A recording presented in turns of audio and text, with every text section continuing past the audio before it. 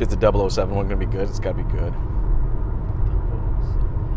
Like, I had a license plate when I was a kid that was like, what was it? Oh, I had an RX-8. I had a Mazda RX-8. And my license plate was JH007.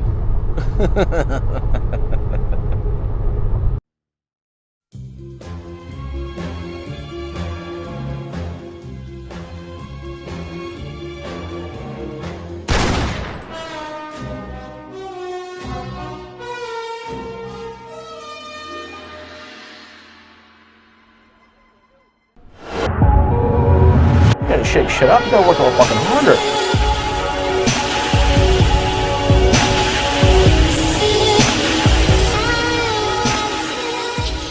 We're here at the Audi Queensway Center, and we're gonna go inside and we're gonna chat with our newest strategy mob captain, Marco.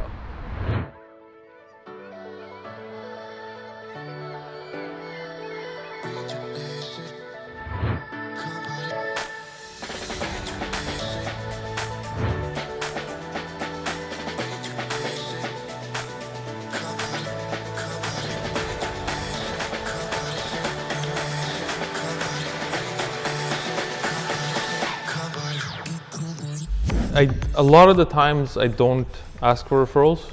I believe that if you do a good enough job, you should be referred, and that's a big part of it. I have a few customers that are like, I have one guy, man, like he's amazing. He's good for 2 deals a month. Yeah, like he brings me the customers and they're closed. Like this guy doesn't sell cars for a living, okay? Let's put that out there. He works in an office, but he is just a brand ambassador. Funniest thing, doesn't even drive an Audi right now. He got rid of his Audi.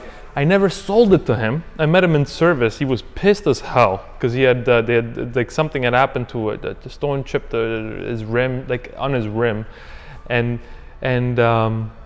he is my biggest ambassador. He is good for 2 deals a month. I've done 2 deals this month already with him, and he brings me the clients and they're pre-sold on it, and he'll text me and be like, okay, so and so's coming. This is his trade-in. He's got this many mileage. Start shopping around the trade. And I sit down with him, and obviously, like, there's the return to him is he gets a referral. I do take care of anybody that brings me business, and that's a big part of it. But I call those like kind of my ambassadors, and I have a few of them that will regularly bring me business. So I have people that they account for 30 to 40 deals a year, and they're kind of my ambassadors, right? People think of the customer experience. They think that it's like it's a thing. It's a singular thing, right? It's a singular thing you do that just makes the customer happy, right? I think a lot of dealerships don't realize is the customer experience is the collectiveness of a whole lot of little things. And it's sometimes little things that we don't even notice. It can be something just as simple as like just the atmosphere of the dealership. Just there's this energy, all right, that's just instantaneously built into the place. And for me, a lot of that has to do with the music or what is the sound that's being played around, right? Nobody wants to go to a dealership, right? You go to a restaurant because you want to go out to eat. You go to a hotel because you want to go travel or something, right? I don't want to go to a dealership. You know what though? I think actually a lot of people want to go to a dealership. Look, making a purchase of a vehicle is an exciting thing. Let's say you're just they're not looking forward to it because in their minds they have this preconceived idea that the experience is not going to be great, right? So I understand what you're saying when you're saying like, people don't want to go to a dealership, but I think people do. I mean, my first experience of a dealership, and I told you this when I was super young, all right, is I think it was probably about 8 or 9, and my dad took me to a Ford dealership. He was buying an F-150, and I went there, and there was hot dogs, and there were burgers, and there were bouncy castles, and a petting zoo. And I just thought dealerships were the coolest place in the world. In fact, actually, for almost 2 years after that, when my dad asked us as kids what we wanted to do that weekend, I just immediately said, I want to go to the car dealership, because that's what I associate the car dealership as, just this fun, energetic place that I can go to, and I can jump on bouncy castles, and I can eat hot dogs, and I can pet goats. Which, actually, I remember the goat actually bit me. But don't do petting zoos anymore. I think that's something that's gone away from dealerships.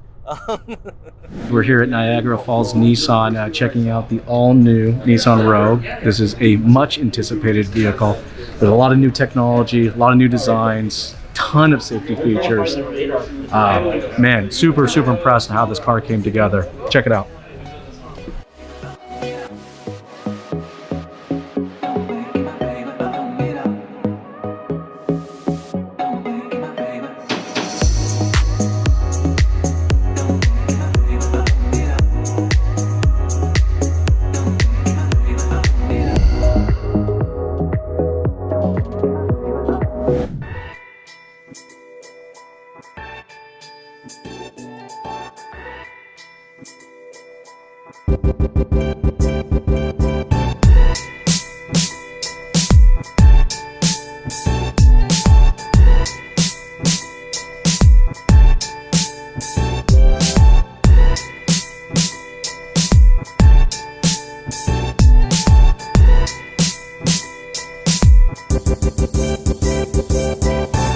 The digital calculators, I think they're getting better.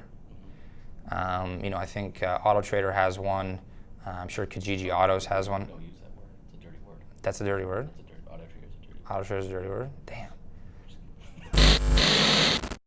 I definitely think they're getting better, because there's more criteria. I mean, before with, again, I've only been in the sales side of this business for 6 years.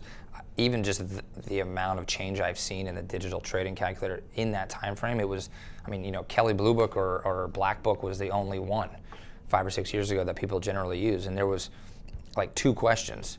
What's your mileage? People put their VIN, and then what's the condition of your vehicle? Well, it's excellent. And all of a sudden their vehicle is 15 or 20% overvalued because, maybe they clicked it had this trim level when it was actually a lower one. But I definitely think they're getting better.